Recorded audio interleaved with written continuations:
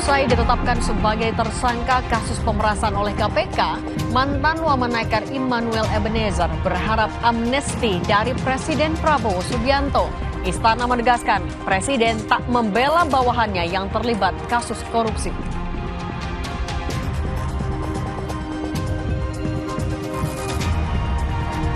Tak berselang lama usai Roy Suryo CS menerbitkan buku Jokowi's White Paper, UGM merilis video menjawab polemik ijazah Joko Widodo yang menegaskan Jokowi lulus dari UGM.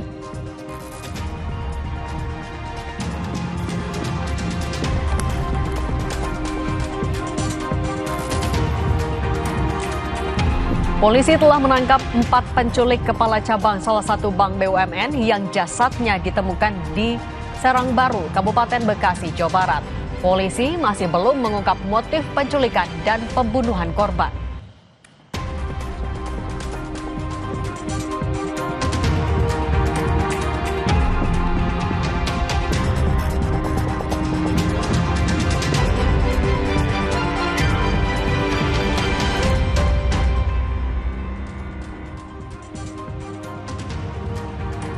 Salam jumpa saudara, hari ini 23 Agustus 2025. Selamat datang dalam Kompas Petang. Khusus Sabtu pekan ini kami hadir selama 1,5 jam. Saya Tifal Solesa. Saya Cindy Permadi. Inilah Kompas Petang selengkapnya hanya di Kompas TV, independen, terpercaya. Kita awali Kompas Petang hari ini saudara. Satres Narkoba Polrestabes Medan menggerebek sebuah rumah indekos yang dijadikan sebagai sarang narkoba dan judi.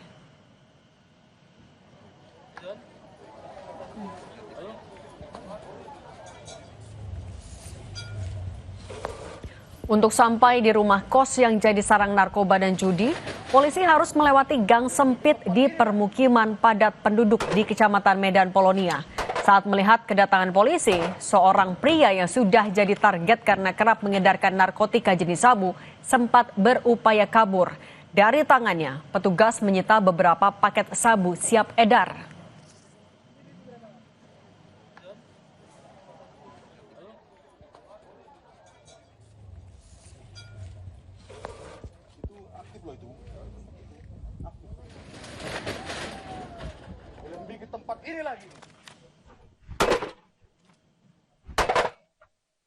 Tempat ini kita mengamankan beberapa bukti terkait dengan peredaran gelap narkoba, antara lain poketan sabu dan juga bong yang digunakan untuk alat pemakaian sabu. Satu merupakan penjual narkoba, yang kedua pemilik kos-kosan yang dijadikan tempat untuk melakukan penjualan narkoba, dan juga satu perempuan yang berperan untuk menyewakan alat bong.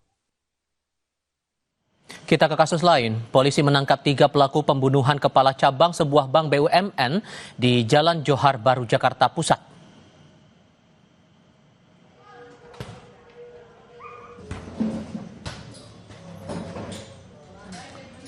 Visual yang Anda lihat ini adalah lokasi penangkapan 3 pelaku pembunuhan kepala cabang sebuah bank BUMN, Muhammad Ilham Pradipta. Ketua RW 08 Kelurahan Johar Baru bilang pelaku sudah tinggal di lokasi penangkapan yang merupakan rumah kontrakan selama 2 bulan. Total pelaku penculikan dan pembunuhan yang sudah ditangkap berjumlah 4 orang.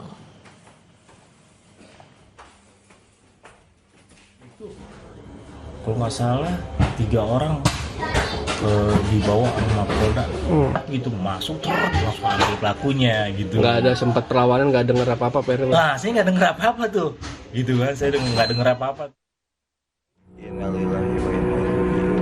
Suami saya orang baik, tapi diperlakukan dengan cara tidak baik sampai kehilangan nyawa.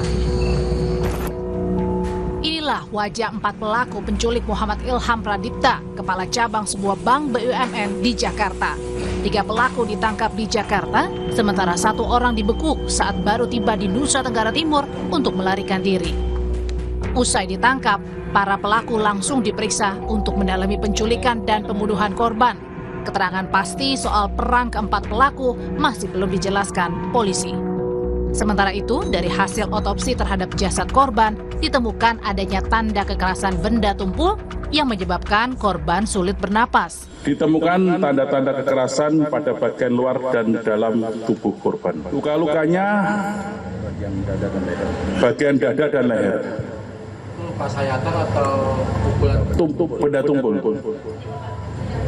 Berarti penyebab kematiannya akibat benda tumpul? Betul. Puspita Aulia, istri korban saat ditemui di pemakaman berharap polisi dapat mengungkap motif penculikan dan pembunuhan korban serta menangkap seluruh pelaku yang terlibat. Puspita mengenang Ilham selama ini sebagai sosok yang baik. Suami saya itu orangnya baik, sangat baik, banyak kesaksiannya. Jadi harapan saya ketika pelaku udah ketemu, dihukum setimpal, seberat-beratnya. Karena suami saya orang baik, tapi diperlakukan dengan cara tidak baik sampai kehilangan nyawa. Ketahuan motifnya apa, otaknya apa, karena kan selama ini kita masih bertanya-tanya, kok kenapa bisa suami saya yang kata orangnya baik, kok bisa diperlakukan tidak baik gitu. Dikutip dari Kompas.id, Kasubdit Resmo Polda Metro Jaya, AKBP Reza Fiardi menjelaskan, setelah menangkap 4 pelaku, polisi masih mengejar pelaku lain. Polisi sejauh ini masih belum mengungkap motif dari penculikan dan pembunuhan terhadap Ilham Pradipta. Tim Liputan, Kompas TV. Setelah menangkap 4 pelaku, polisi saat ini masih melakukan pengembangan untuk memburu pelaku lain. Kami diskusikan hal ini bersama Kabar Reskrim periode 2008-2009, Susno Duaji. Pak Susno dengan Tifal di sini, apa kabar Pak? Selamat sore Mas Tifal, kabar Terima kasih sudah bergabung bersama kami. Membaca kasus ini sudah ada 4 pelaku ditangkap, tapi sampai sekarang belum ketahuan nih motifnya. Menurut Anda memang ini tricky sehingga kesannya jadi sulit untuk mengetahui motif, atau tampaknya polisi lagi coba hati-hati dulu biar nggak buru-buru menjawab? Baik, pertama kita ucapkan ikut berduka cita kepada keluarga dan juga mengucapkan selamat kepada Polres Jakarta Timur yang waktunya tidak terlalu lama kasus ini tertangkap para pelaku penculik dan pembunuh. Nah, ini masih ada PR yang besar dari penyidik ya untuk mengungkap kasus ini. Satu, masalah motifnya ya. Motifnya apa gitu. Karena kalau motif hutang ke bank tidak pernah ya, jarang sekali terjadi hutang di bank, kepala banknya dibunuh gitu. Karena apa? Hutang di bank dengan membunuh kepala bank, hutangnya tidak habis, kayaknya tetap tercatat ya. Kemudian yang kedua, eksekutornya juga belum tertangkap. Apakah eksekutornya adalah para penculik ini? Kan belum tentu. Ketiga, yang harus diungkap lagi adalah siapa dalang dibalik ini semua, dalang dibalik motif ini. Apakah si A, si B, si C ini harus diungkap dan saya yakin ini akan terungkap ya. Kemudian yang berikut adalah siapa yang sebagai spionnya si pelaku gitu. Kok bisa tahu bahwa si korban pada saat itu keluar dari kantor berada di mall apa di mana itu ya. Ini kemudian bisa dibuntuti di situ. Nah ini pasti ada yang sudah membuntuti mulai dari kantor kemudian memantau keberadaan daripada si korban. Yang kelima harus diungkap juga oleh penyidik adalah demikian cepatnya salah satu pelaku langsung bisa terbang ke ke Nusa Tenggara ya, Timur ya. Sampai DPO ya. Sekarang ya. Sampai. Nah, itu siapa yang membelikan tiket? Gitu. Nah, jadi ini saya yakin terungkap dan apakah ya motivasinya adalah debt collector? Kan kalau debt collector yang korban ini bukan orang yang berutang ya, tapi nggak tahu kita. Apakah sehingga kalau kemudian berutang? dibilang ini dugaannya berkaitan dengan penggelapan kredit fiktif masih kejauhan menurut Anda? Bagaimana mau gitu karena tidak bisa hilang ya, semua catatan di bank itu kan catatan elektronik, jejaknya ada, jadi tidak bisa hilangkan kecuali kalau korban yang memainkan duit negara, tapi bukan caranya dengan penculik kayak gitu, itu pidana. Nah itu tidak mungkin. Jadi ini suatu misteri yang masih harus diungkap apa motivasinya. Dan saya yakin Polres Jakarta Timur kemampuan untuk mengungkap motifnya ini bisa terungkap. Karena apa? Pelaku penculiknya ketangkap gitu. Nah setelah ketangkap pelaku penculiknya bisa mencari eksekutornya siapa, baru dalangnya gitu. Oke, mulai dari mana? Ini kan udah 4 pelaku ditangkap, pengusutannya harus kemana lagi arahnya bagi penyidik menurut Anda? Pertama arahnya setelah ketangkap pelaku penculikan, tanya ke penyidik akan ungkap siapa eksekutornya, yang melakukan pembunuhannya itu siapa, apakah mereka merangkap penculik dan pembunuh. Yang kedua, siapa dalangnya? Dalangnya itu artinya yang memesan gitu, yang memerintahkan. Kalau para penculik ini, saya yakin kecil sekali kemungkinan bukan mereka dalangnya gitu. Dan nggak mungkin bertindak sendiri menurut Anda? Iya, pasti ada dalangnya. Kemudian yang berikut, motivasinya apa sih? Nah, ini yang harus diungkap, jangan dibelokkan utang piutang misalnya. Kecil gitu kalau utang piutang. Kan apakah yang punya utang itu adalah korban? Kalau yang punya utang orang lain kepada bank, kan tidak bisa ditiadakan hutangnya, menghapus hutangnya dengan membunuh korban. Itu kan bodoh sekali. Karena apa? Hutang ke bank itu 1 rupiah pun tetap tercatat gitu. Dan bisa jadi ini kaitannya dengan satu jaringan khusus? Kalau jaringan khusus, jaringan apa gitu.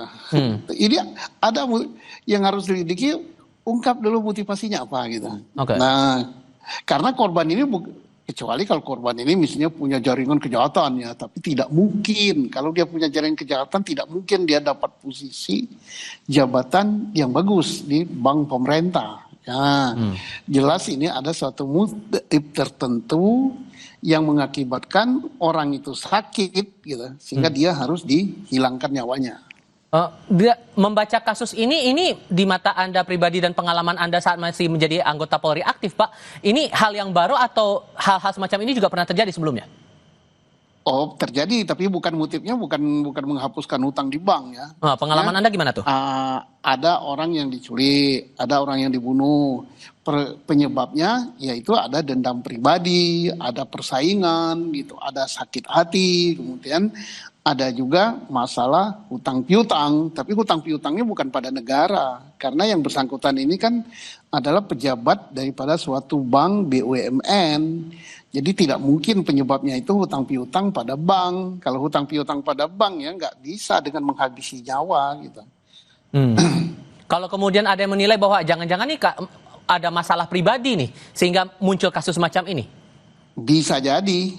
Nah, lebih besar kepada masalah pribadi daripada masalah hutang piutang kepada bank gitu.